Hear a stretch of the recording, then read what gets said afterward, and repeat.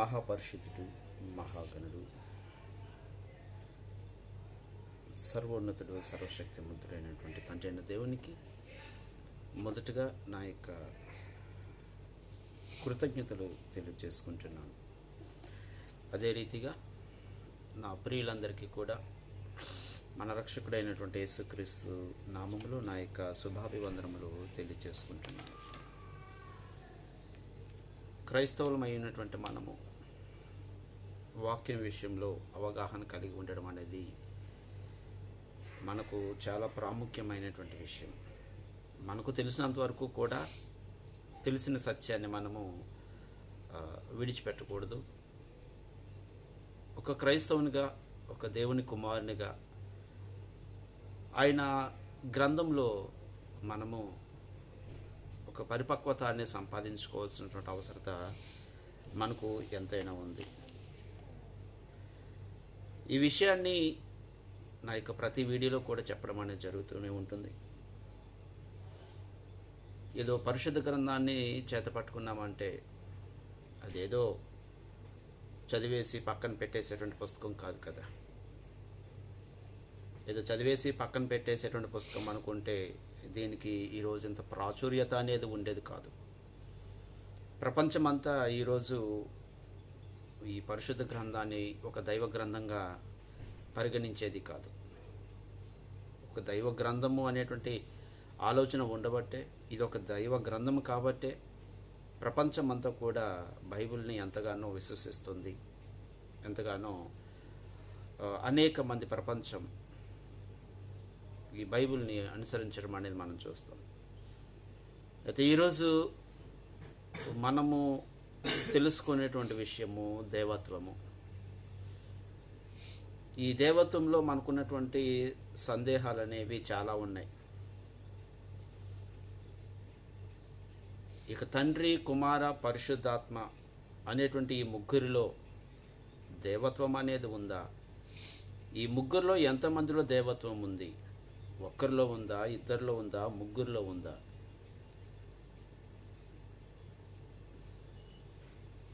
ఈ దేవత్వాన్ని బట్టి ముగ్గురు దేవుళ్ళు అనేటి నమ్మేటువంటి వారు కూడా ఉన్నారు.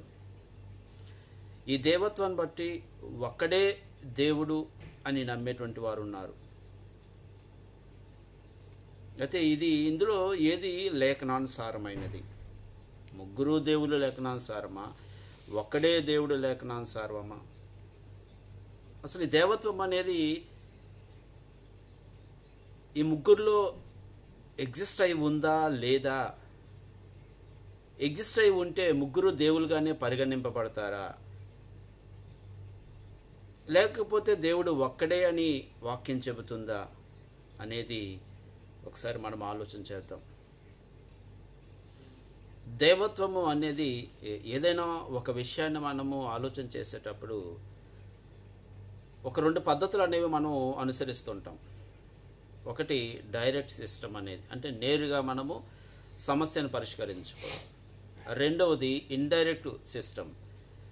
ఒకవేళ నేరుగా మనకు మార్గం అనేది వెసులుబాటు లేకపోతే దాన్ని ఇండైరెక్ట్గా సాల్వ్ చేయడానికి ప్రయత్నం చేస్తుంటాం. అంటే మొత్తానికి మనము ఆ సమస్యను సాల్వ్ చేయడానికి మనము ప్రయత్నిస్తున్నాం. ఒకటే డైరెక్ట్ వేలో మనకు మార్గం అనేది దొరికితే డైరెక్ట్గా మనం దాన్ని సాల్వ్ చేయడం అనేది మనం చూస్తాం. లేదు అంటే అప్పుడు ఇండైరెక్ట్ వేలో మనం దాన్ని సాల్వ్ చేయాలి. అంటే దానికి సంబంధించినటువంటి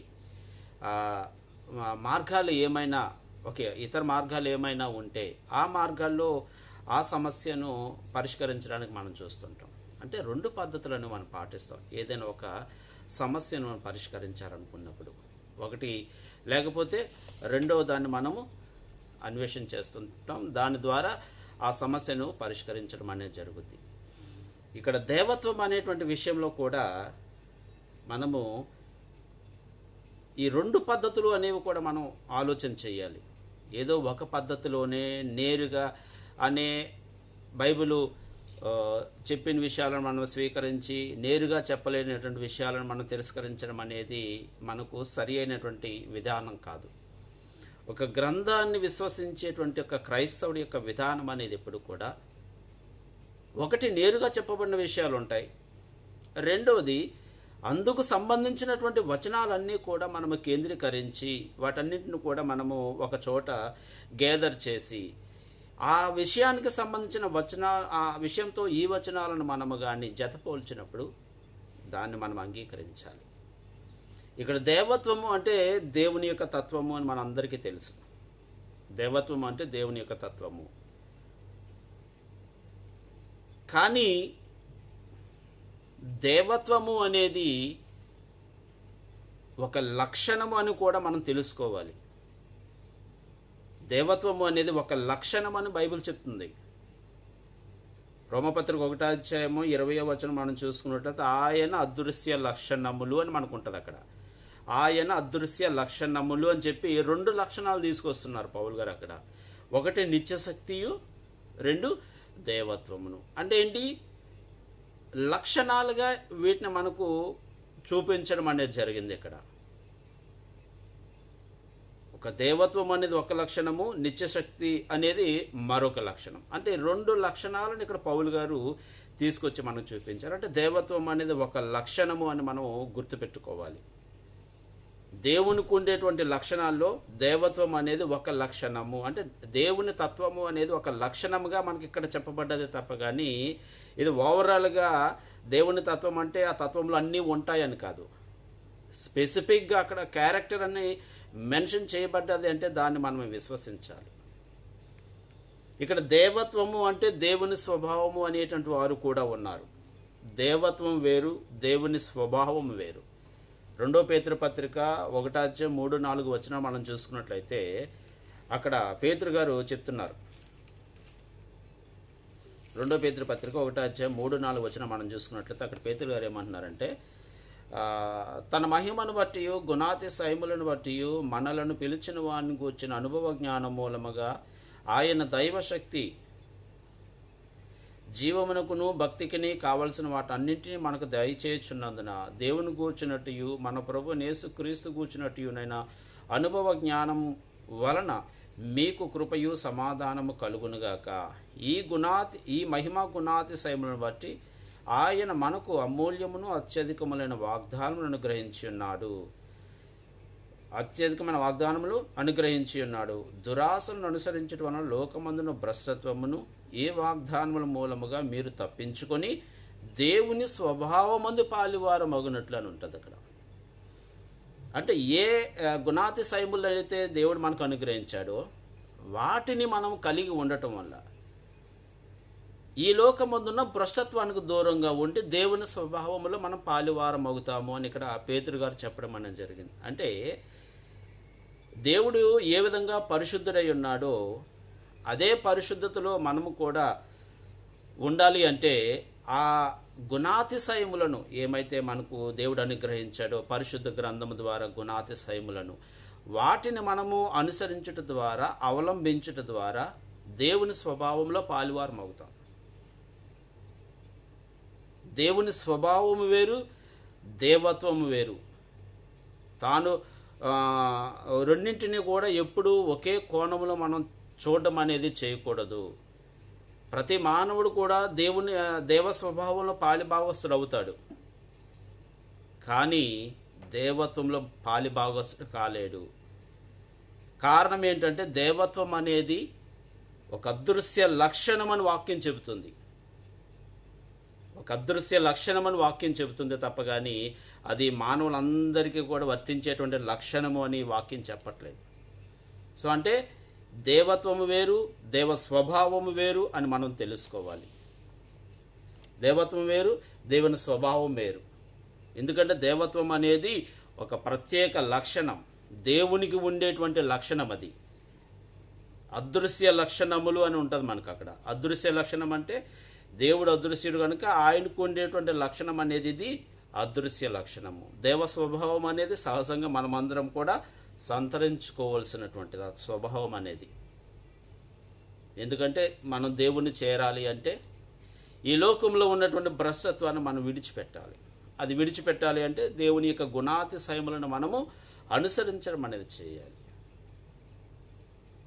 ఇక దేవత్వం అనేది ఒక తండ్రికి మాత్రమే ఉందా, పరిశుద్ధాత్మకి క్రీస్తుకు లేదా అని అంటే, ఇది కొంతమంది అంటారు తండ్రికి మాత్రమే ఉంది, క్రీస్తుకి పరిశుద్ధాత్మకు లేదు అని అంటారు. అది అవాస్తవం. అది లేఖనానుసారంగా కూడా అనిపించలేదు నాకు. ఎందుకంటే మనము రోమాపత్రిక 1వ అధ్యాయము 20వ వచనం చదివితే మనకు అక్కడ పౌలు గారు చెప్పిన మాట ఏంటంటే, ఏదైనా సరే మనం మాట్లాడుతున్నప్పుడు దాని మీద మనకు ఒక అవగాహన అనేది ఉంటేనే మనం దాని విషయంలో మాట్లాడాలి. అంతే తప్ప కానీ మనకు అవగాహన లేకపోయినప్పటికీ కూడా ఏదో నోటుకు వచ్చిందల్లా మాట్లాడడం అంటే ఇది జీవగ్రంథము అని మనం మర్చిపోయినట్టే. ఏదో లోకంలో పుస్తకాల గురించి మనం నోటుకు వచ్చిందల్లా మాట్లాడుతుంటాం, అది కాదు, ఇది కాదు, అది తప్పు, ఇది తప్పు అని. జీవగ్రంథానికి వచ్చేసరికి మాత్రము మనము చాలా జాగ్రత్తగా ఆలోచన కలిగి దేవుని యొక్క జీవగ్రంథాన్ని మనము ప్రకటించాలి. అక్కడేమంటున్నాడు, ఇది తండ్రికి మాత్రమే ఉండేటటువంటి లక్షణం అని చెప్పాడా, లేకపోతే తండ్రి యొక్క లక్షణం అని చెప్పాడా అనేది మనం తెలుసుకోవాలి. ఎందుకంటే there is a difference between the two statements. తండ్రికి మాత్రమే ఉండే అదృశ్య లక్షణము అనడం వేరు, తండ్రికి ఉండే లక్షణము అని చెప్పడం వేరు. ఇక్కడ ఏం చెప్పారు పౌలు గారు, ఆయన యొక్క అదృశ్య లక్షణములు అని పౌలు గారు చెప్పడం అని మనం చూస్తాం. ఆయన అంటే దేవుని యొక్క అదృశ్య లక్షణములు. అంతేగాని దేవునికి ఉండే అదృశ్య లక్షణములు, దేవునికి మాత్రమే ఉండే అదృశ్య లక్షణములు అని పౌలు చెప్పలేదు ఇక్కడ. అలా చెప్పు ఉంటే, దేవునికి మాత్రమే ఉండే అదృశ్య లక్షణములు అని చెప్పు ఉంటే, ఎస్, అక్కడ ఆ యొక్క అదృశ్య లక్షణములు అనేవి దేవునికి మాత్రమే ఉన్నాయి, క్రీస్తుకు పరిశుద్ధాత్మకు లేవు అని మనం ఖచ్చితంగా ఒప్పుకోవాలి. ఇంకా ఎందుకంటే అక్కడ ఆ రకమైన స్టేట్మెంట్ అనేది ఉన్నప్పుడు. ఫర్ ఎగ్జాంపుల్, నిర్గమాకాండము 20వ అధ్యాయం 1వ వచనం మనం చూస్తే, నేను తప్ప వేరొక దేవుడు మీకు లేడు అని ఇశ్రాయేలుకు తండ్రి అయిన దేవుడు ఇచ్చిన మొట్టమొదట, నేను తప్ప వేరొక దేవుడు మీకు లేడు అంటే ఇక్కడ నేను తప్ప అనేది ఏంటి, ఇంకొక దేవుడు లేడని చాలా స్పష్టంగా మనం అక్కడ చెప్పవచ్చు. జాషువా 22:22లోకి వచ్చేసరికి అక్కడ ఒక స్టేట్మెంట్ ఉంది, దేవుళ్ళలో యెహోవాయే దేవుడు అని ఉంటుంది. ఈ 2 వచనాలు ఒకసారి మనం ఆలోచన చేస్తే, మొదటి వచనం నేను తప్ప వేరొక దేవుడు మీకు లేడు. సో ఖచ్చితంగా ఒక్కడే దేవుడు. అక్కడ నేను తప్ప అని ఎప్పుడైతే మనకు ఆ వచనం అనేది ఎప్పుడైతే స్టేట్మెంట్ అనేది మన దగ్గరకు వచ్చిందో, నేను తప్ప అంటే there is no another one along with him అని. జాషువాలోకి వచ్చేసరికి దేవుళ్ళలో యెహోవాయే దేవుడు అనేటువంటి మాట వచ్చేసరికి ఇక్కడ ఈ భూప్రపంచం మీద అనేక మంది దేవుళ్ళు ఉన్నారు, కానీ వారిలో యెహోవాయే దేవుడు అని జాషువా గారు చెప్పడం అని జరిగింది. అంటే రెండింటి మధ్య వ్యత్యాసం అనేది మనకు అర్థం కావాలి. మొదటిది ఒక్కడే దేవుడు, ఇంకొక దేవుడు లేడు. రెండవది ఈ భూప్రపంచం మీద దేవుళ్ళు ఉన్నప్పటికీ కూడా యెహోవాయే దేవుడు. అంటే భూప్రపంచం ఏదంటే అన్యజనులు ఏర్పరచుకున్నటువంటి విగ్రహాలు, వాటిని వాళ్ళు దేవులుగా నమ్ముతారు, పూజిస్తారు. కానీ యెహోవాయే దేవుడు అని ఇక్కడ జాషువా గారు చెప్పడం మనం చూస్తాం. సో ఇక్కడ మనము ఇదెందుకు చెప్పుకోవాల్సి వచ్చిందంటే, అపోస్తలుడైన పౌలు గారు దేవునికి తప్ప అనేటువంటి స్టేట్మెంట్ అనేది అక్కడ అపోస్తలుడైన పౌలు గారు ఇవ్వలేదు. దేవునికి మాత్రమే ఉండే అదృశ్య లక్షణములు అని అక్కడ పౌలు గారు చెప్పలేదు. దేవుని ఆయన యొక్క అదృశ్య లక్షణములు అని చెప్పారు. అంటే ఎవరి గురించి అయితే అక్కడ మాట్లాడుతున్నారు పౌలు గారు, అతనికి ఉండేటువంటి అదృశ్య లక్షణాల గురించి మాట్లాడుతున్నాడు తప్ప కానీ అక్కడ క్రీస్తుని గురించి మాట్లాడలేదు, లేకపోతే క్రీస్తుని అక్కడ చూపించలేదు, లేకపోతే పరిశుద్ధాత్మను అక్కడ చూపించలేదు. అక్కడ ఎవరి గురించి అయితే మాట్లాడుతున్నాడో వారిని గురించి మాత్రమే అక్కడ చెప్పాడు, ఆ అదృశ్య లక్షణములు. అంటే ఇది డైరెక్ట్ స్టేట్మెంట్. నేను ఆల్రెడీ ముందే చెప్పాను 2 మార్గాలు ఉంటాయి అని. ఒకటి డైరెక్ట్ వే, 2 ఇండైరెక్ట్ వే. డైరెక్ట్ వేలో మనకు నేరుగా సమాధానం అనేది దొరుకుద్ది. ఇండైరెక్ట్ వే అంటే అనేకమైనటువంటి విధానాల్లో దాన్ని మనం పరిశోధన చేసి దాన్ని మనం కనుగోవడం అనేది జరుగుద్ది. ఇక్కడ డైరెక్ట్గా ఆయనకు ఉండేటువంటి అదృశ్య లక్షణాలు చెప్పడం అనేది చూస్తాం. అంటే నేరుగా చెప్పేశారు పౌలు గారు ఆయన అదృశ్య లక్షణములు అని. అంత మాత్రాన్ని ఇక్కడ క్రీస్తు మనిషిని చేయలేదు కాబట్టి క్రీస్తుకు ఆ యొక్క దేవత్వం లేదు, పరిశుద్ధాత్మక దేవత్వం లేదు అని మనం అనేసుకునే కన్నా అందుకు సంబంధించినటువంటి అనేక వచనాలను కూడా మనం ఒకసారి క్రోడీకరించుకోవాలి. That we need to gather all the verses about the divinity of Father and Son and Holy Spirit. Without the proper information or without examination of the verses, we shouldn't confirm that Jesus doesn't have the divinity.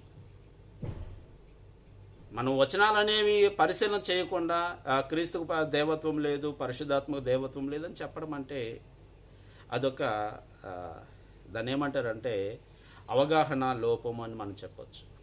ఇక్కడ పౌలు గారు ఏమని చెప్పారు? ఆయనకు ఉండే అదృశ్య లక్షణములు, ఆయన అదృశ్య లక్షణములు అని చెప్పారు. అంతే తప్ప కానీ ఆయనకు మాత్రమే ఉండే అదృశ్య లక్షణములు అని చెప్పలేదు. కారణం ఏంటంటే దెర్ ఇస్ ఎ డిఫరెన్స్. అందుకే చెప్పాను, ఒక వ్యత్యాసం అనేది ఉంటే ఆయనకు మాత్రమే ఉండే, ఆయనకు ఉండే అంటే ఎవరి గురించి అయితే అక్కడ మాట్లాడుతున్నారో ఆయన గురించి మాత్రమే అక్కడ ఆయన ఆ అదృశ్య లక్షణాలను తీసుకొచ్చారు. ఒకవేళ అక్కడ క్రీస్తు గురించి పరిశుద్ధాత్మ గురించి కూడా చెప్పు ఉంటే అక్కడ వారిని మెన్షన్ చేసి ఆ ముగ్గురులో దేవునికి మాత్రమే ఈ లక్షణాలు ఉన్నాయని చెప్పు ఉంటే ఖచ్చితంగా మనం అంగీకరించవచ్చు. యేసుక్రీస్తుకు దేవత్వం లేదు అని, పరిశుద్ధాత్మక దేవత్వం లేదని. కానీ ఇక్కడ ఆ విధంగా ఆ రకమైన స్టేట్మెంట్ అనేది పౌలు గారు మనకు చెప్పడం అనేది లేదు. అంటే అక్కడ ఏమని చెప్తున్నారు? ఆయన యొక్క అదృశ్య లక్షణములు, ఆయన అదృశ్య లక్షణములు అంటే దేవుని యొక్క అదృశ్య లక్షణములు, దేవత్వము అనేది మనము చూడగలం. ఈ దేవత్వం అనేది ఎలా తెలుసుకోవచ్చు అని పౌలు గారు చెప్పారు. కిందే మనకు సమాధానం ఇచ్చేశారు. ఈ దేవత్వం అనేది ఎలా తెలుస్తుంది మనకు? జగదుత్పత్తి మొదలుకొని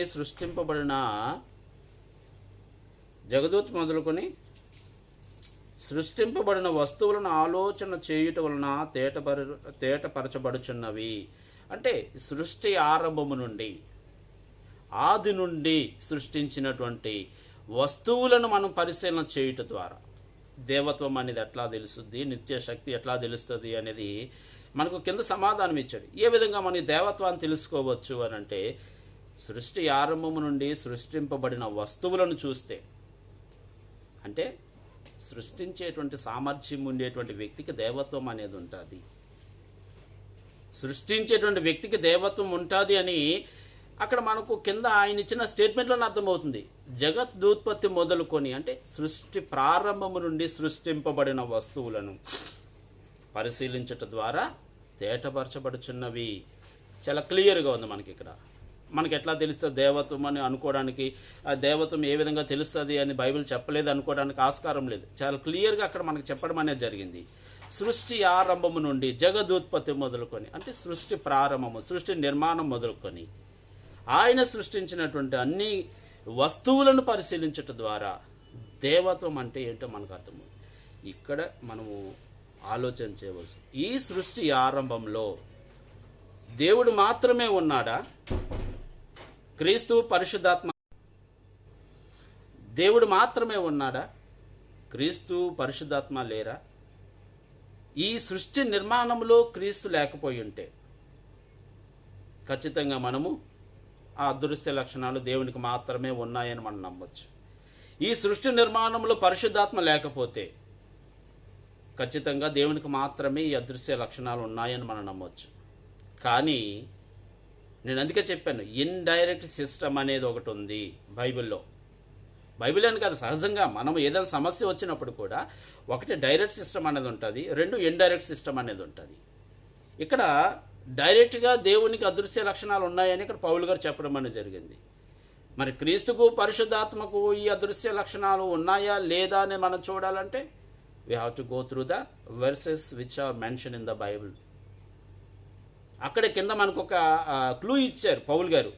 సృష్టి జగదుత్పత్తి మొదలుకొని ఈ జగదుత్పత్తిలో ఉన్నారా లేదా అనేది మనకు అర్థమైతే, ఈ జగదుత్పత్తిలో క్రీస్తు పరిశుద్ధాత్మ ఉన్నారా లేదా అని మనకు తెలిస్తే, ఈ జగదుత్పత్తిలో క్రీస్తు పరిశుద్ధాత్మ ఉంటే ఖచ్చితంగా ఈ అదృశ్య లక్షణాలు అనేవి వారికి కూడా ఉంటాయని మనం నిర్ధారించడానికి అవకాశం ఉంటుంది. రైట్, ఇక్కడ జగదుత్పత్తి మొదలుకొని అంటే సృష్టి నిర్మాణము. యోహాను సువార్త 1:1 అందరికీ తెలిసిందే. దీని మీద చాలా గందరగోళం కూడా జరుగుతుంది. ఆది యందు వాక్యం ఉండెను, వాక్యము దేవుని యొద్ద ఉండెను, వాక్యము దేవుడే ఉండెను, ఆయన ఆదియందు దేవుని యొద్ద ఉండెను, కలిగి ఉన్నది ఏది ఆయన లేకుండా కలగలేదు, సమస్తము ఆయన మూలముగా కలిగిన. అందరికీ తెలిసిన వాక్యం ఇది. ఇదేంటి ఆది అంటే? సృష్టి నిర్మాణ కాలము, జగదుత్పత్తి కాలము, జగత్తును నిర్మించినటువంటి కాలము. ఈ కాలంలో క్రీస్తు ఉన్నట్టు వచనం చాలా స్పష్టంగా ఉంది మనకు అక్కడ. యోహాను సువార్త 1:1 అంటే జగదుత్పత్తిలో, సృష్టి నిర్మాణంలో ఆది యందు వాక్యం ఉండను, వాక్యం దేవుని యొద్ద ఉండను. There is a 2 persons we can find very easily. The word and word with God and word was God. And there we can find very easily. So it means there is a person, one more person along with a God. అని మనకు అర్థమవుతుంది అక్కడ. వాక్యము దేవుని యొద్ద ఉండెను, ఆయన ఆది యందు దేవుని యొద్ద ఉండెను. ఆయన ప్లస్ దేవుని యొద్ద అంటే సృష్టి నిర్మాణంలో ఇద్దరు ఉన్నారు. ఇక్కడ పౌలు గారు చెప్పిన స్టేట్మెంట్ ఏంటి మనకి? జగదుత్పత్తి మొదలుకొని. అంటే మరి జగదుత్పత్తిలో క్రీస్తు ఉన్నట్టు వాక్యం చెబుతుంది కదా మనకు. జగదుత్పత్తిలో క్రీస్తు ఉన్నాడు అని చాలా స్పష్టంగా వాక్యం ఉంది కదా. హెబ్రీ పత్రిక 1:1-3 ప్రపంచములు ఆయన మూలముగా కలిగెను అని ఉంటుంది. ఇక్కడ ప్రపంచములు అంటే 1 భౌతిక ప్రపంచము, 2 ఆత్మ సంబంధమైన ప్రపంచము, నూతన సృష్టి. భౌతిక సృష్టి, నూతన సృష్టి. ప్రపంచములు, ఇట్స్ ఎన్ ప్లూరల్ వర్డ్, బహువచనం. ప్రపంచములు ఆయన మూలముగా కలిగెను అని మనకు అక్కడ గలతీ పత్రిక హెబ్రీ పత్రిక 1 మనకు ఉంటుంది. సో అంటే ఈ 2 సృష్టిల వెనుక కూడా యేసుక్రీస్తు ఉన్నట్టుగా చాలా క్లియర్గా మనకు ఆ వచనాలు అనేవి తేటతెల్లం చేస్తున్నాయి. మరి ఇక్కడ పౌలు గారు చెప్పిన స్టేట్మెంట్ మనం బేస్ చేసుకొని ఈ జగదుత్పత్తిలో క్రీస్తు ఉన్నప్పుడు, ఈ సృష్టి నిర్మాణంలో క్రీస్తు ఉన్నప్పుడు ఎందుకు ఉండదండి దేవత్వం? ఒకవేళ పౌలు గారు ఆ స్టేట్మెంట్ అనేది కింద ఇవ్వకుండా ఉండుంటే, మనకు ఆ క్లూ అనేది మనకు ఇవ్వకుండా ఉంటే ఈరోజు మనము ఆలోచన చేయడానికి కూడా మనకు అవకాశం ఉండేది కాదు. ఈరోజు మనము ఏదో ఈ రకమైనటువంటి విధానం అనేది మనకి ఈరోజు ఉండకపోను, ఒకవేళ పౌలు గారు ఆ స్టేట్మెంట్ అనేది ఇవ్వకపోతే. సో ఇప్పుడు యోహాను సువార్త 1:1-3 హెబ్రీ పత్రిక 1:1-3 మనం చదివితే he is there in the beginning అని చాలా స్పష్టంగా మనకు అర్థమవుతుంది. మరి ఈ జగదోత్పత్తులు క్రీస్తున్నప్పుడు ఆ దేవత్వం అనేది క్రీస్తుకు ఉండదంటారా? ఉండదు అని మనం ఎలా చెప్పగలం ఇంకా? ఎందుకంటే సృష్టింపబడిన వస్తువులను పరిశీలించుట ద్వారా యోహాను సువార్త 1:10 లోకం ఆయన మూలముగా కలిగెను అని ఉంటుంది. లోకములు ఆయన ఉండెను, లోకం ఆయన మూలముగా కలిగెను అని ఉంటుంది. అంటే లోకం ఆయన మూలముగా కలగడం అంటే ఏంటి? లోకం అంటే ఇక్కడ మనుషులు. లోకం అంటే మనుషులు. మనుషులు ఆయన మూలముగా కలిగెను అని అక్కడ ఉంటుంది. అంటే మనుషులు ఆయన మూలముగా కలిగారంటే హీ వాజ్ దేర్నా మనకు అర్థమైపోతుంది. లోకం ఆయన మూలముగా కలిగెను అనే స్టేట్మెంట్ అనేది మనకు అర్థమైతే యేసుక్రీస్తు కూడా జగదుత్పత్తిలో ఉన్నాడు అని మనం ఖచ్చితంగా అంగీకరించడం అనేది జరగాలి. దీనికి మరలో కొత్త కథలు. అక్కడ యేసుక్రీస్తు కాదు, దేవుని వాక్యమే. దేవుని వాక్యాన్ని ఆ విధంగా యోహాన్ గారు రాశారు అనేటువంటి కొత్త స్టేట్మెంట్లు. అంటే మన యొక్క నీతిని స్థాపించుకోవడానికి దేవుని నీతిని నిరర్థకం చేస్తున్నామని అర్థమైపోతుంది. అక్కడ ఆదియందు వాక్యం ఉండను, వాక్యము దేవుని యొద్ద ఉండను, వాక్యము దేవుడై ఉండను అని చాలా స్పష్టంగా ఆయన ఆదియందు దేవుని యొద్ద ఉండను, ఆ వాక్యమే శరీరధారి కృపాసత్య సంపూర్ణంగా మన మధ్య నివసించను. అది చాలా క్లియర్గా మన దగ్గర ఉన్నప్పటికీ కూడా దాన్ని ఏంటంటే మొత్తానికి తారుమారు చేసి తమ స్వనీతిని స్థాపించుకోవడానికి దేవుని నీతిని నిరర్థకం చేస్తున్నారు. ఇది మనం అర్థం చేసుకోవాలి. ఆదిలో యేసుక్రీస్తు ఉన్నట్టుగా వాక్యం చెబుతుంది. సృష్టి నిర్మాణంలో యేసుక్రీస్తు ఉన్నట్టుగా వాక్యం చెబుతుంది.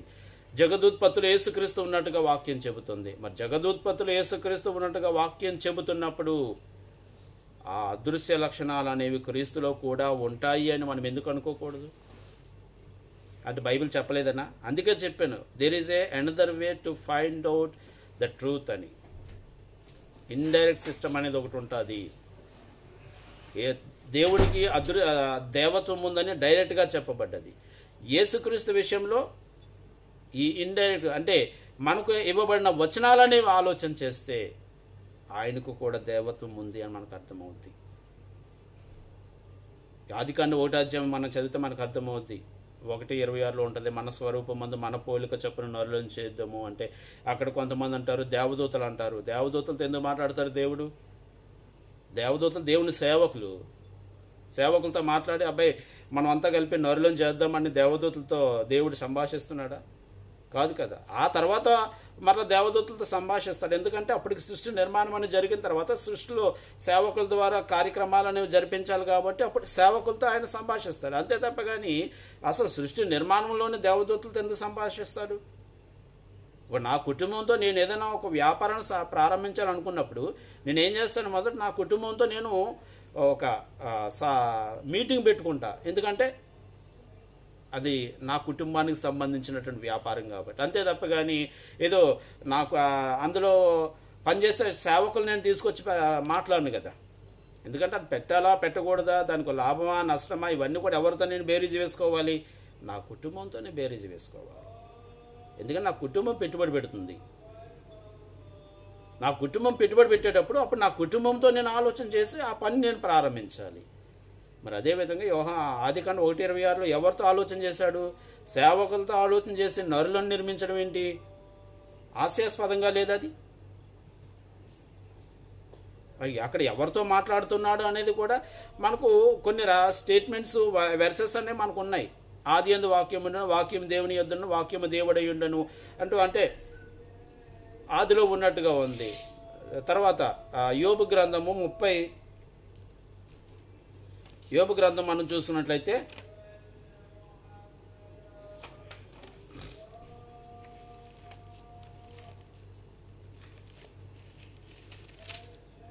33:4 దేవుని ఆత్మ నన్ను సృజించెను, సర్వశక్తుని యొక్క శ్వాసము నాకు జీవమునిచ్చెను. దేవుని ఆత్మ నన్ను సృజించెను అని ఎవరు మాట్లాడుతున్నారంటే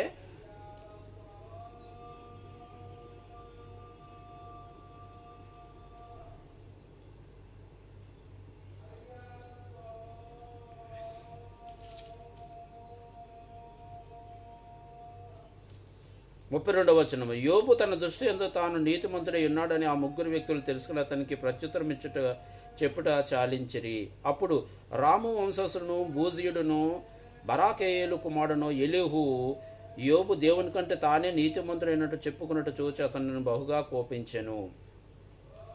ఎలీహు వచ్చి మాట్లాడుతున్నట్టు సందర్భం ఇది. ఏమన్నాడండి? దేవుని ఆత్మ నన్ను సృజించాను అంటే ఎలీహుని దేవుని ఆత్మ సృజించని అర్థమా, లేకపోతే నరుని నిర్మాణంలో దేవుని ఆత్మ ఉందని అర్థమా? ఆదాము సృష్టిలో దేవుని ఆత్మ ఉందని అర్థం వస్తుందా, లేకపోతే ఎలీహును నిర్మించాడని అక్కడ ఎలీహు చెప్తున్నాడు? దేవుని ఆత్మ నన్ను సృజించను అంటే అక్కడ ఎలీహును దేవుని ఆత్మ సృజించిందా? అంటే మనకు అర్థమయ్యేటువంటి విధానం అనేది ఉండాలి. That we need to understand, we need to analysis the west. నరుని నిర్మాణంలో దేవుని ఆత్మ ఉంది అని మనం అర్థం కావాలి. కీర్తన గ్రంథంలో ఒక మాట ఉంటుంది, దేవుడు నరులను పుట్టించెను అని, దేవుడు మనలను పుట్టించెను అని. అక్కడ ఆ స్టేట్మెంట్కి కొంతమంది ఏమంటారంటే అంటే ప్రతి నరుడు కూడా దేవుడు పుట్టిస్తున్నాడు అని అంటారు. కాదు, అవ్వ ఆదాములను దేవుడు సృష్టించాడు. ఆ తర్వాత వారి ద్వారా ప్రతి మానవుడు కూడా పుడుతున్నాడు. ఇది దేవుడు వారికి ఇచ్చిన ఆజ్ఞ. దీని మీద చాలాసార్లు నేను మాట్లాడిన సందర్భం ఉంది. అంటే మనకు వచనాలు అనేవి అర్థమయ్యేటువంటి విధానం ఉండాలి. దేవుని ఆత్మ నన్ను సృజించను అంటే దాని అర్థం ఏంటంటే నరుని యొక్క నిర్మాణంలో దేవుని ఆత్మ ఉంది. దేవుని ఆత్మను నరులను నిర్మించట్లో దేవుడు ప్లస్ దేవుని కుమారుడు ప్లస్ పరిశుద్ధాత్మ ఉన్నారు అని మనకు వాక్యం అనేది తేటతెల్లం చేస్తుంది. ముగ్గురితో పనేముందని అని అంటాం. ముగ్గురితో పనేముంది అని అంటే అసలు సంకల్పం అనేది చేయటానికి ముగ్గురితో ప్రమేయం ఉంది. ఇక్కడ దేవుని రక్షణ సంకల్పం అనేది ఒకటి ఉంది. ఇప్పుడు అనాదిలోనే దేవుడు చేసుకున్నాడు దాన్ని ఇంప్లిమెంట్ చేయడానికే ఈ సృష్టి అనేది చేశాడు. ఈ సృష్టి నిర్మాణంలో వారు కూడా ఉండాలి.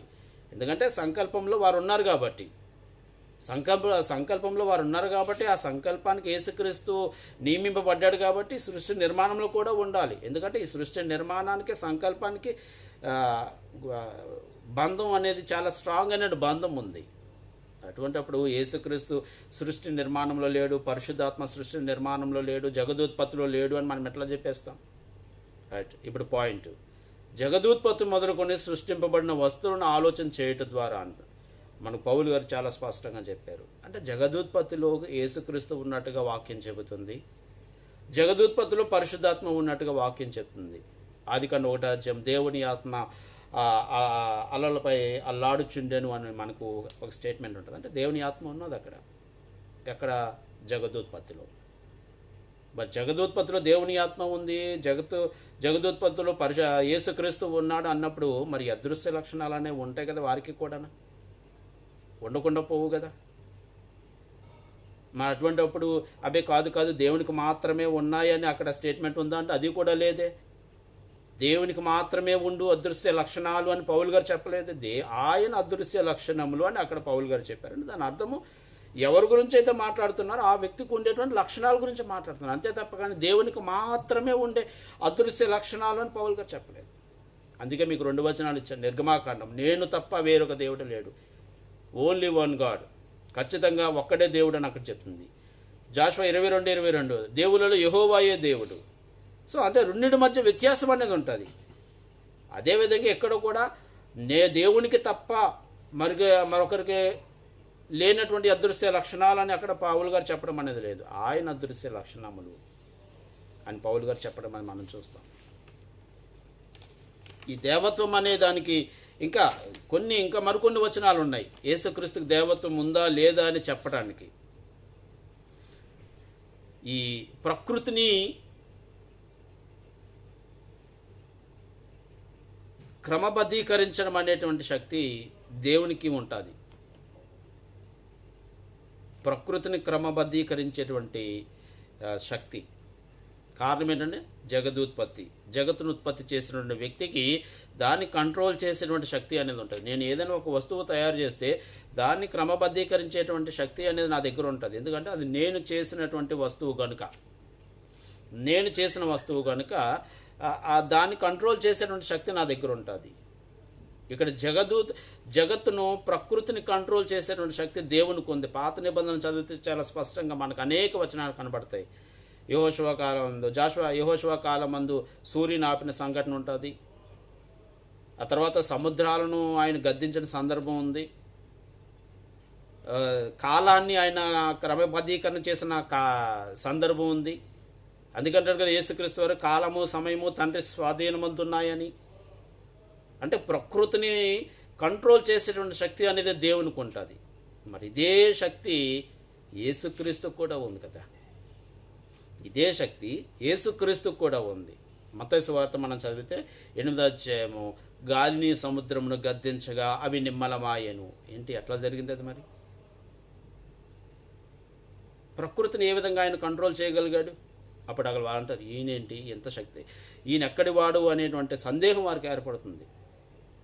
అంటే ప్రకృతిని కంట్రోల్ చేసేటువంటి శక్తి అనేటువంటి ఉన్న వ్యక్తికి దేవత్వం ఉండదా? దేవుడు ప్రకృతిని కంట్రోల్ చేయగలిగాడు, మరి ఆయనకు దేవత్వం ఉంది అని వాక్యం చెప్తుంది.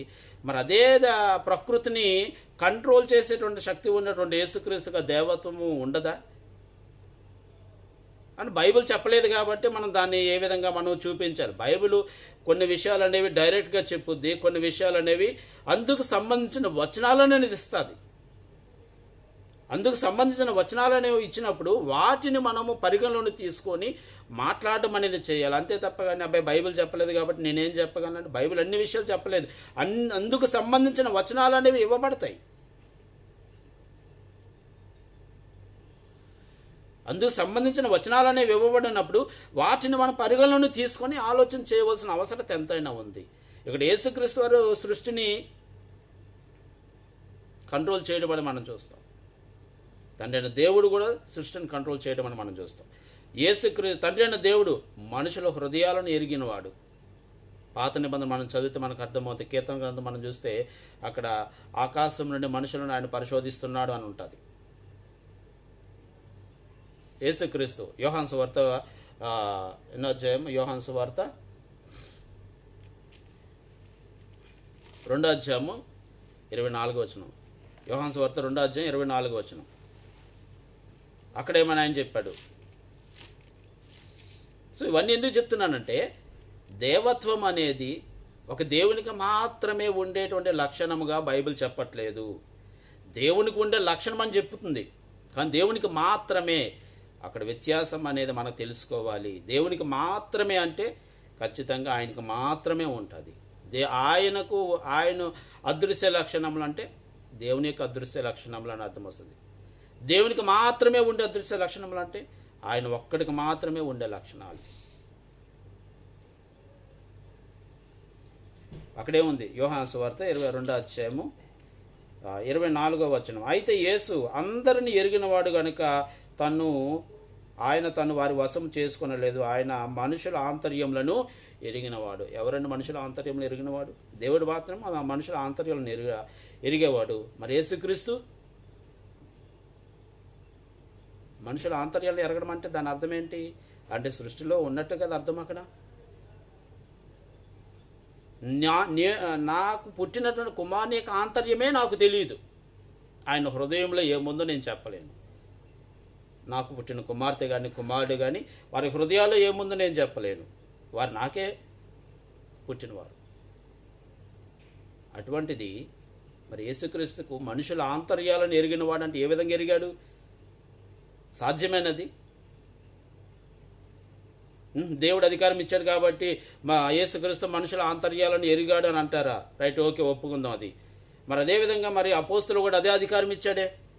మరి వారెందుకు మనుషుల ఆంతర్యాలను ఎరగలేకపోయారు? అపోస్తులైన పౌలు విషయంలో మేనలుడు వచ్చి చెప్తాడు. అపోస్తులు చంపుతున్న విషయాన్ని తెలుసుకొని మేనలుడు వచ్చి పౌలు చెప్తాడు. అదేంటి మరి మనుషుల ఆంతర్యాలు ఎరగాలి కదా. మరి అపోస్తులు కూడా అపోస్తులైన పౌలుకు గ్రహించాలి కదా. ఎస్, వీళ్ళు నన్ను చంపాలనేటువంటి ఆలోచన చేస్తున్నారని అపోస్తులైన పౌలు ఎరగాలి కదా. మేనలుడు వచ్చి చెప్పవలసిన అవసరం ఎందుకు వచ్చింది అంటే that much of power the people doesn't have the human beings. The human beings cannot find out the thoughts of the human beings. మనుషుల యొక్క ఆంతర్యాలను తెలుసుకోలేరు. మరి ఎవరు తెలుసుకుంటారు?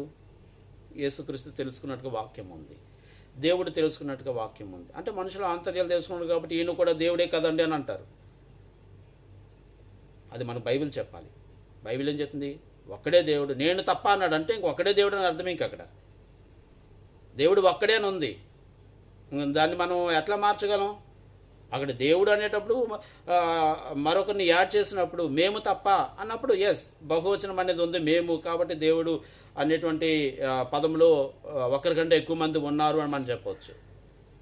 ఏదో సృష్టికి ముందు ఉన్నాడని చెప్పి ఆయన మనుషుల ఆంతర్యాలను ఎరిగి ఉన్నాడని చెప్పి లేకపోతే సృష్టిని క్రమబద్ధీకరించాడని చెప్పి మనం అనుకొని ఈయన కూడా దేవుడే అని అనుకోవడం అనేది కరెక్ట్ కాదు. అది బైబిల్ చెప్పాలి. బైబిల్ అద్వితీయ దేవుడు అని బైబిల్ చెప్పింది. సో దాన్ని మనము తృణీకరించకూడదు, జవదాటకూడదు. ఇక్కడ నేను మాట్లాడుతున్నది యేసుక్రీస్తుకు దేవత్వం ఉందా లేదా అనే విషయం మాత్రమే మాట్లాడుతున్నాను. యేసుక్రీస్తుకు దేవత్వం ఉన్నట్టు డైరెక్ట్గా స్టేట్మెంట్ అనేది లేదు. కానీ అనేక వచనాలను మనం ఆలోచన చేస్తే ఆయనకు దేవత్వం ఉన్నట్టుగా లేఖనాలు అనేవి తెలియపరుస్తున్నాయి. మరొకటి అత్యంత ప్రాముఖ్యమైనది, పాపాలను క్షమించేటువంటి అధికారం. ఎవరికి ఉంటుందని? పాపాలను క్షమించే అధికారం దేవునికి మాత్రమే ఉంటుంది. కానీ ఇక్కడ యేసుక్రీస్తు పాపాలు కూడా క్షమించాడు. పాపాలు కూడా క్షమించగలిగాడు అంటే దాని అర్థం ఏంటి? ఇంకా ఆయనకు ఆ దేవత్వ లక్షణం అనేది ఉండబట్టే కదా. దేవుడు అధికారం ఇచ్చినంత మాత్రం పాపాలు క్షమించగలరా? అలాగనుకుంటే అపోస్తులు ఎవరిని కూడా క్షమించలేదు కదా. నీ పాపాలు క్షమింపబడ్డాయని ఏ అపోస్తులు ఏ ఒక్క వ్యక్తితో కూడా చెప్పలేదే. యేసుక్రీస్తు చెప్పినట్టుగా యేసుక్రీస్తుకు ఉన్నటువంటి అధికారమే అపోస్తులు కూడా ఇవ్వడం అనేది జరిగింది. మరి అపోస్తులు ఎక్కడ కూడా అటువంటి కార్యాలు చేయలేదు, సృష్టిని గద్దించిన సందర్భం లేదు. అపోస్తులైన పౌలు సముద్రం మీద ప్రయాణం చేసినప్పుడు గొప్ప తుఫాను అనేది చెలరేగుద్ది, ఓడ తునాతునకలు అయిపోద్ది. అప్పుడు అపోస్తులు ఏమంటారు? మీరే భయపడకండి, నేను నమ్మిన దేవుడు రక్షించగలడు అని చెప్పాడు తప్ప కానీ సముద్రమా నిమ్మలమగా ఉండుమని పౌలు చెప్పలేదు కదా. కానీ యేసుక్రీస్తు చెప్పాడు. యేసుక్రీస్తు మనుషుల ఆంతర్యాలను ఎరిగినవాడు. యేసుక్రీస్తు పాపాలను క్షమించగలడు. మరి ఇన్ని లక్షణాలు అనేవి అందులో ఉన్నప్పుడు ఆయనకి దేవత్వం లేదని మనం ఏ విధంగా చెప్పగలం? మోర్ ఓవర్ అక్కడ ఏముంది? అదృశ్య దేవుని ఆయన అదృశ్య లక్షణములు అని మనకు పౌలు గారు చెప్పారు. ఎవరు అదృశ్య లక్షణములు? ఆయన అంటే ఎవరు? దేవుడు. దేవుడు అంటే ఎవరు? అదృశ్యుడు.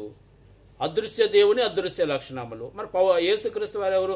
అదృశ్య దేవుని స్వరూపి అయి ఉండి అని ఉంటుంది. మరి అదృశ్య దేవుని స్వరూపి అయి ఉండి అంటే దాని అర్థము యేసుక్రీస్తు కూడా ఆ అదృశ్య దేవుని స్వరూపంలో ఉన్నప్పుడు ఆ అదృశ్య దేవుని యొక్క అదృశ్య లక్షణాలు యేసుక్రీస్తులో ఉండమని ఎట్లా మనం చెప్పగలం? ఒక కామన్ క్వాలిటీస్ అనేవి ఉంటాయి. కామన్ క్వాలిటీస్ అనేవి ఖచ్చితంగా ఉంటాయి. ఈ కామన్ క్వాలిటీస్ అనేవి మనము మార్చడానికి సరిపోం.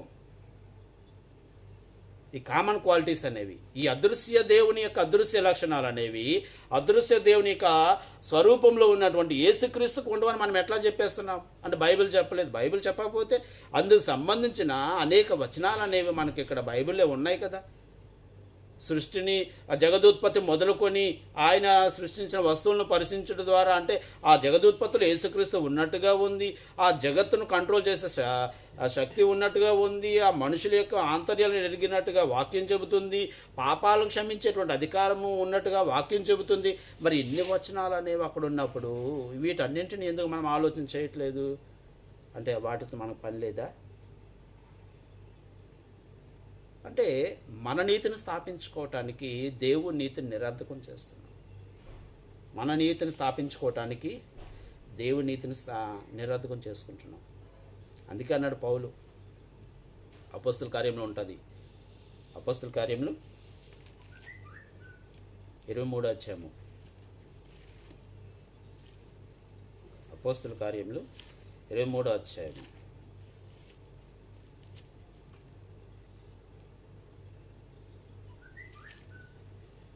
క్షమించండి, అపోస్తుల కార్యములు 17వ అధ్యాయము 29. కాబట్టి మనము దేవుని సంతానమై ఉండి మనుషుల చమత్కార కల్పం వలన మల్చబడిన బంగారమునైనను వెండినైనను రాతినైనను దేవత్వం పోలి ఉన్నదని తలంపకూడదు అంటాడు. మనుషుల చమత్కారం వల్ల మల్చబడిన బంగారమునైనను వెండినైనను రాతినైనను దేవత్వము పోలి ఉన్నదని తలంపకూడదని చాలా క్లియర్గా పౌలు గారు. అంటే ఏంటి? మానవుడు సృష్టించినటువంటి ఈ సృష్టిలో దేవత్వం అనేది ఉండదు. మానవుడు సృష్టించిన సృష్టిలో మరి మానవులో ఆ దేవత్వం అనేది ఉంటే మానవుడు సృష్టించిన సృష్టిలో ఆ దేవత్వం అనేది ఉంటుంది. మరి అక్కడ ఏమంటున్నాడు? మనుషుల చేత మలచబడిన బంగారంనైనను వెండినైనను దేవత్వం పోలి ఉన్నదని తలంచకూడదు. అంటే సృష్టింపబడిన దాంట్లో దేవత్వం అనేది ఉండదు అని మనకు చాలా స్పష్టంగా అర్థమవుతుంది. మరి మనలో ఎట్లా ఉంటుంది దేవత్వం? మనలో దేవత్వం ఉన్నదా మనం ఎట్లా అనుకో? సృష్టింపబడిన దాంట్లో అక్కడ పౌలు గారు ఏం చెప్పారు? సృష్టింపబడిన వాటిని పరిశీలించడం ద్వారా అన్నారు. అంటే సృష్టించేటువంటి విధానాన్ని బట్టి ఆ సృష్టిలో ఉన్న వస్తువులను బట్టి దేవత్వం అనేది తెలుస్తుంది అని చెప్పడం అనేది జరిగింది. మరి ఇక్కడ ఏముంది? సృష్టింపబడిన వాటిలో దేవత్వం ఉన్నదని తలంచవద్దు అని పౌలు గారు చెప్పడం అనేది జరిగింది. అంటే ఈ వచనాలు అనేవి మనం ఒక దగ్గర పెట్టుకుంటే దేవత్వం అనేది ఎవరికి ఉంటుంది, ఎవరికి ఉండదు అని మనకు అర్థమైపోతుంది. ఇప్పుడు యేసుక్రీస్తు సృష్టింపబడినవాడా? దేవత్వం లేనట్టే. యేసుక్రీస్తు సృష్టింపబడనివాడా? దేవత్వం ఉన్నట్టే. యేసుక్రీస్తు వారు సృష్టింపబడలేదు అని చెప్పడానికి అనేక వచనాలు ఉన్నాయి. జగత్ పునాది వేయబడక ముందే ఉన్నట్టుగా అనేక వచనాలు ఉన్నాయి. జగత్ అనేది ఆయన ద్వారా కలిగి ఉన్నట్టుగా అనేక వచనాలు ఉన్నాయి. సో వాటన్నింటిని కూడా మనం పరిగణలోకి తీసుకుంటే యేసుక్రీస్తు కూడా దేవత్వం అనే లక్షణం ఉందని మనకు తేటతెల్లమవుతాయి. లేదు అని చెప్పడం మనం సరిపోం. అందుకు సంబంధించిన వచనాలు అనేవి మనకి ఉన్నాయి కాబట్టి, అందుకు సంబంధించిన వచనాలు అనేవి మనకు ఉన్నాయి కనుక వాటిని మనము కొట్టివేయలేము. కాబట్టి దేవత్వం అనేది తండ్రికి మాత్రమే ఉండేటువంటి లక్షణం అని బైబిల్ చెప్పట్లేదు. అలాగని యేసుక్రీస్తు సృష్టింపబడినవాడు కాబట్టి యేసుక్రీస్తులో దేవత్వం లేదు అని బైబిల్ చెప్పట్లేదు. యేసుక్రీస్తులో కూడా దేవత్వం ఉందని చెప్పడానికి అనేక వచనాలు అనేవి మనకు బైబిల్లో ఉన్నాయి. Indirect system. దేవునికి దేవత్వం ఉందని నేరుగా వాక్యం చెప్పింది. అనేక వచనాలను బేస్ చేసుకుంటే మనకు యేసుక్రీస్తు కూడా దేవత్వం ఉంది అని మనకు అర్థమవుద్ది. అనేక వచనాలను మనం ఏదో ఒకదాన్ని మనం పట్టుకొని వేలాడకూడదు. దానికి సంబంధించిన అనేక వచనాలను కూడా మనం దగ్గర పెట్టుకుంటే మనకు అర్థమవుతుంది యేసుక్రీస్తు కూడా దేవత్వం ఉంది అని మనకు అర్థమవడానికి అవకాశం ఉంటుంది. అందుకు ఒక క్లూ కూడా పౌలు గారు ఇచ్చారు. రోమాపత్రిక 20 అధ్యాయం 21 అధ్యాయం 20-21 మనం చదివితే క్లూ ఇచ్చారు. ఆ క్లూ ఏంటి? జగదుత్పత్తి మొదలుకొని, అంటే జగత్తును అనేది, అంటే ఈ జగదుత్పత్తి మొదలుకొని ఈ జగదుత్పత్తిలో విధానాన్ని, అంటే ఈ జగదుత్పత్తిలో యేసుక్రీస్తు ఉన్నట్టుగా వాక్యం ఉంది, ఈ జగదుత్పత్తిలో పరిశుద్ధాత్మ ఉన్నట్టుగా వాక్యం ఉంది. మరి ఈ సృష్టింపబడిన వస్తువులను చూచడం ద్వారా, ఈ ప్రకృతిని, మనుషులను, సమస్తాన్ని పరిశీలించడం ద్వారా ఈ సమస్తాన్ని నిర్మించినటువంటి వ్యక్తులలో దేవత్వం ఉంది అని మనకు చాలా తేటతెల్లమవుతుంది. ముగ్గురు ఎందుకండి సృష్టిలో, నిర్మాణంలో? అంటే సంకల్పంలోనే ముగ్గురు ఉన్నారు. ఇంకా సృష్టి నిర్మాణంలో ముగ్గురుండ్రా, సంకల్పంలోనే ముగ్గురు ఉన్నారు. అంటే తండ్రి సంకల్పం చేశాడు, దానికి యేసుక్రీస్తు నియమించాడు, దాని ఇంప్లిమెంటేషన్ అంటే కొనసాగింపు పరిశుద్ధాత్ముడిది. అందుకే ఈరోజు మన సహవాసం అనేది ఎవరెవరితోటి?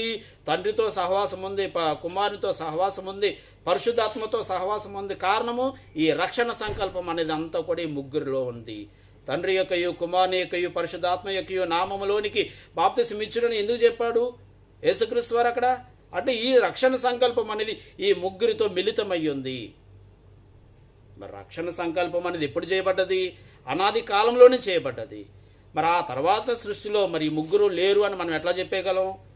అంటే మన గుడ్డి వాదన, మనం ఎక్కడో నేర్చుకున్న ఎంగిలి బోధ, ఎక్కడో విన్నటువంటి చిన్న చిన్న మొక్కలు తీసుకొచ్చి మనం వాటిని ఏదో అతుకులు చేసి మనం ఏదో చేయాలనుకుంటాం.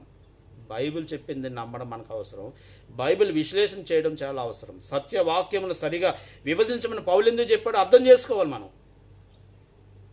సత్యవాక్యమును ఎందుకో సరిగా విభజించమని పౌలు చెప్పాడంటే ఏది సత్యమో, ఏది అసత్యమో, ఏది నమ్మాలో, ఏది నమ్మకూడదు, ఏది విశ్వసించాలో, ఏది విశ్వసించకూడదో మనకు అర్థం కావాలి.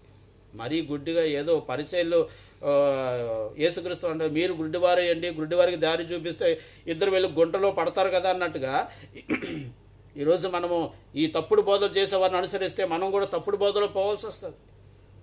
దేవుడు ఒక్కడే, ఆయనకు దైవత్వం ఉంది.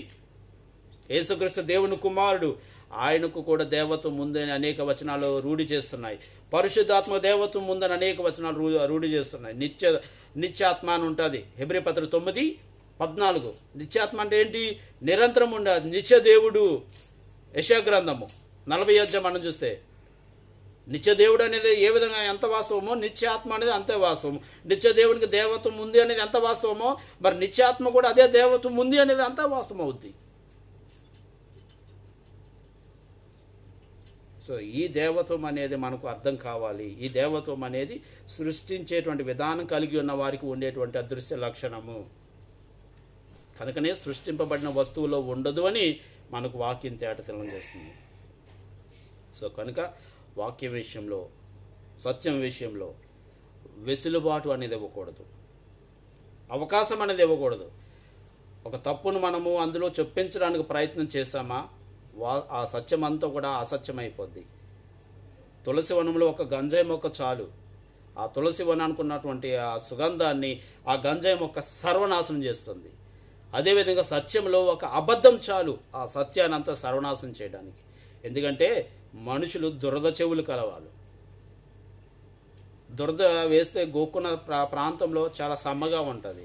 ఈ దురద బోధ కూడా అలాగే ఉంటుంది. ఎందుకంటే వాక్చాతుర్యంతో చేస్తారు కాబట్టి ఈ దురద బోధకు బానిసైన వాళ్ళు సత్యాన్ని వినడానికి ఆసక్తి అనేది చూపించరు. కనుక నా ప్రియమైనటువంటి వాళ్ళారా, యేసుక్రీస్తుకు దేవత్వం ఉంది, పరిశుద్ధాత్మకు దేవత్వం ఉంది, తండ్రికి దేవత్వం. అయితే తండ్రికి దేవత్వం ఉన్నట్టుగా నేరుగా ఉంది, యేసుక్రీస్తుకు పరిశుద్ధాత్మకు దేవత్వము ఉంది అనేది చెప్పడానికి వచనాలు అనేవి ఆధారాలు ఉన్నాయి. డైరెక్ట్ వే తండ్రికి దేవత్వము, ఇండైరెక్ట్ వే అనేక వచనాల యొక్క బేస్ మీద కుమారునికి కూడా దేవత్వం ఉంది. అదే చెప్పాను, సృష్టి నిర్మాణము, సృష్టిని గద్దించడము, మనుషుల ఆంతర్యాలు తెలుసుకోవడం, పాపాలను క్షమించడం. పరిశుద్ధాత్మ నిత్యాత్మ మనుష్య కుమారునికి విరోధముగా మాట్లాడిన వానికి పాప క్షమాపణ గలదేమో కానీ పరిశుద్ధాత్మకు విరోధముగా మాట్లాడిన వానికి ఈ యుగమందైనను రాబో యుగమందైనను పాప క్షమాపణ లేదు. పరిశుద్ధాత్మకు విరోధంగానే మాట్లాడకూడదు అంటున్నాడు. అంటే మరి ఆయనకి ఆ దేవత్వం అనేది ఉంటుంది కదా. ఆ దేవత్వం అనేది లేకపోతే, ఎందుకంటే పరిశుద్ధాత్మ కూడా అదృశ్య దేవుని యొక్క విధానంలోనే ఉంటాడు, అదృశ్యుడే కదా ఆయన కూడా. ఆయనకి ఎవరు కనిపించడు, ఎవరు కూడా పరిశుద్ధాత్మ చూసినట్టుగా లేదు. యేసుక్రీస్తుని చూసినట్టుగా వాక్యం ఉంది తప్ప కానీ ఏ ఒక్క అపోస్తులు కూడా ఇగో నేను పరిశుద్ధాత్మను చూశానని ఏ ఒక్క అపోస్తులు చెప్పలేదు. అంటే ఆయన కూడా అదృశ్యుడే కదా. మరి అదృశ్య దేవుని యొక్క అదృశ్య లక్షణాలు అనేవి అదృశ్య ఆత్మకు ఉండవని మనం ఎట్లా చెప్పేస్తున్నాం?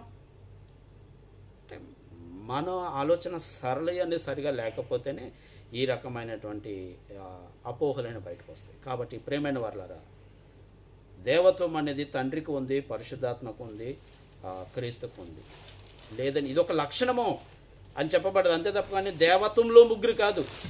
ఇదొక కొంత వింత. దేవత్వంలో ముగ్గురు అంటారు. అదేంటి దేవత్వంలో ఏంటి? మరలా ఇది కుటుంబం కాదు కదా దేవత్వం అనేది, అదొక లక్షణం అని వాక్యం చెప్తుంది. ఆ లక్షణం అనేది ముగ్గురికి ఉన్నట్టుగా వాక్యం అనేది ఆధారాలనే ఉన్నాయి. అంతేకాని దేవత్వంలో ముగ్గురు ఏంటి? నువ్వు దేవత్వంలో ముగ్గురు అంటున్నావు అంటే దేవుళ్ళుగా నువ్వు భావిస్తున్నావు కాబట్టి. అదృశ్య లక్షణాలు అనేవి ఉన్నాయి, ఒక లక్షణంగా దాన్ని చూడాలి. ఈ లక్షణం అనేది ముగ్గురికి ఉంది. అయితే అధికారం అనేది వీరిని వేరు చేసింది. అందుకే అన్నాడు అద్వితీయ సర్వాధిపతి అని ఉందే తప్ప కానీ అద్వితీయ దేవత్వం గలవాడు అని వాక్యం ఎక్కడా లేదు. అద్వితీయ దేవత్వం గలవాడు అని వాక్యం ఎక్కడైనా ఉంటే చూపించండి. ఎస్, ఒక్కడే దేవత్వం గలవాడని మనం చెప్పొచ్చు ఖచ్చితంగా. అద్వితీయ దేవత్వం గలవాడని ఎక్కడా లేదు. అద్వితీయ దేవత్వం గల దేవుడు అని ఎక్కడా లేదు. ఆయన అదృశ్య లక్షణాలను మాత్రమే బైబిల్లో ఉంది, దాన్ని మనం నమ్మాలి. యేసుక్రీస్తుకు సంబంధించిన అనేక వచనాలు అనేవి అందుకు అనుకూలంగా ఉన్నాయి, ఆయనకు దేవత్వం ఉందని నమ్మాలి. అంతే తప్ప మన గుడ్డి బోధతో వాక్యాన్ని సమాధి చేయకూడదు, సత్యాన్ని సమాధి చేయకూడదు. సో కనుక దేవత్వం అనేది తండ్రికి, కుమారునికి, పరిశుద్ధాత్మకు ఉంది. అలాగని ముగ్గురు దేవుళ్ళు కాదండి, ఒక్కరే దేవుడు. దేవుడు ఒక్కడే, ఆయనే తండ్రి. 1 కొరింథీ పత్రిక 8వ అధ్యాయము. అందరికీ తండ్రి అయిన దేవుడు ఒక్కడే. యూదులకు మాత్రమే దేవుడు, అన్యజనులకు దేవుడు కదా. దేవుడు ఒక్కడే, ఒక్కడే దేవుడు. It's clear. కాబట్టి దేవత్వం అనేది ముగ్గురికి ఉంది, దేవుడు మాత్రము ఒక్కడే. అందరికీ కూడా నా యొక్క వందనములు.